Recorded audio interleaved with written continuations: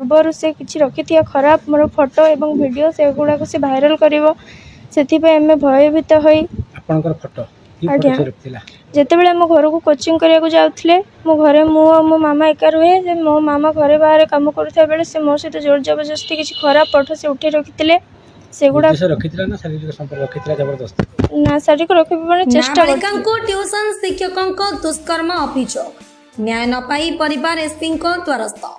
सूचना अनुसार महाकालपड़ा तंतियापाड़ मेराइन थाना अंतर्गत सुनीति पंचायत रे जड़े नाबालिका छात्री सह ट्यूशन शिक्षक दुष्कर्म करथिबा अभियोग होइछि। गत 2 वर्ष धरि ट्यूशन शिक्षक तापस पेरी नाबालिका नाना प्रकार निर्यातना देउथिबा से अभियोग करिसेंति। तेरे थाना रे अभियोग पर न्याय न पाई पीड़िता छात्री और तांको परिवार आज केन्द्रापड़ा एसपी द्वारस्थ होइथिले। अभियोग अनुसार गत 2023 मसीह छात्री जनक 9म श्रेणी रे पढ़ुथिबा बेले तापस पेरी तांको ट्यूशन करुथिले। छात्री बापा माँ घरे नथिबा बेले तापस छात्रों घर को आसी तांको सह दुष्कर्म करिया पे उद्यम करी तार फोटो उठाइथिले। एकथा जानिबा परे छात्री परिवार तांको आ ट्यूशन पठाई नथिले। एबे छात्री जनक जिला बाहर एक कॉलेज रे युक्त 2 प्रथम वर्ष रे पाठ पढुछन्ती। निकट रे ट्यूशन शिक्षक तापस पेरी छात्री को फोन रे नाना प्रकार अश्लील मेसेज करने सह तांको फोटो भाइराल करदेवाकू धमक देउछन्ती। एमिति गत अगस्ट 15 तारिख दिन तापस एक कार जोगे छात्री को अपहरण करने उद्यम करथिबा छात्री परिवार अभियोग करिसथि। पुलिस निष्क्रियता अभियोगकारिणी को डकाई एतला बदलाइबा घटनार प्रतिवाद करने सह अभियुक्त ट्यूशन शिक्षकों को गिरफ्त करने पीड़िता परिवार एसपी को निवेदन करिसथि।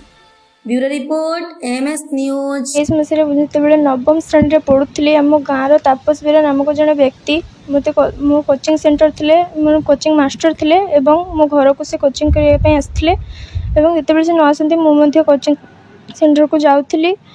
किसी दिन ट्यूशन गलापर से मो सहित खराब व्यवहार करवा खराब कथबार्ता करवा और जब मु ट्यूशन न जाऊँगी से मो मोबाइल को अश्लील मेसेज पठेबा इत्यादि कम करते सेतेबेले मु सह्य कर न पारे मो घर लोकों को कही मो घर लोक मते कोचिंग बंद करथिले से मास्टर को आम घर को आसिया को मना करथिले। तापर मु 10वीं पढ़ी 10वीं परीक्षा देवा पर मुझे +2 फर्स्ट ईयर कॉलेज रे एडमिशन होईची। अगस्ट 15 तारिख दिन मु कॉलेज को गला बेले तापस बेरा बाटर आसी मते अटकाई धमका धमकी कले और मते उठे नेबा चेष्टा करथिले और से धमक देइचंती जे पूर्व से किछि रखिथिया खराब मोर फोटो और वीडियो से गुडा को से भाइराल करिवो से भयभीत हो आज्ञा जितेबाला आम घर को कोचिंग करने जाऊे मो घरे मो मामा एका रुहे मो मामा घरे बाहर कम करुवा बेले से मो सहित जोर जबरदस्ती किसी खराब फोटो से उठे रखी सेगुड़ा ना शारीरिक रखा चेष्टा करते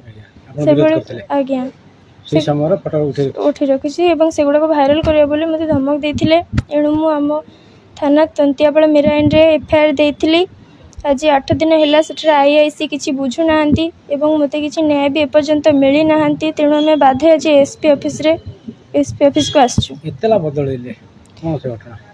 मु जितेबाला एफआईआर देइथिली 18 तारिख दिन मु गोटे सकाଳେ एफआईआर देइथिली सेटा ब्लैक पेन रे लिखाइथिला एवं राति रे आईआईसी फोन करी कहले जे से ब्लैक पेन रे लिखाइथिबा एतलाटी होबो नाही एवं मते ब्लू पेन रे लिखि ताकू देबा को पड़िबो। जितेबाला मु राति गली से मु सकाळे देइथिबा एफआईआर को न दे से निज हस्त लिखिथिबा अन्य एक एफआईआर मते देले एवं कहले एठार जहाँ लिखाई से लिखा मुझे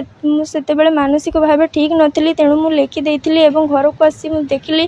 जितेबाला मु एसपी ऑफिस को एवं कलेक्टर को आज्ञा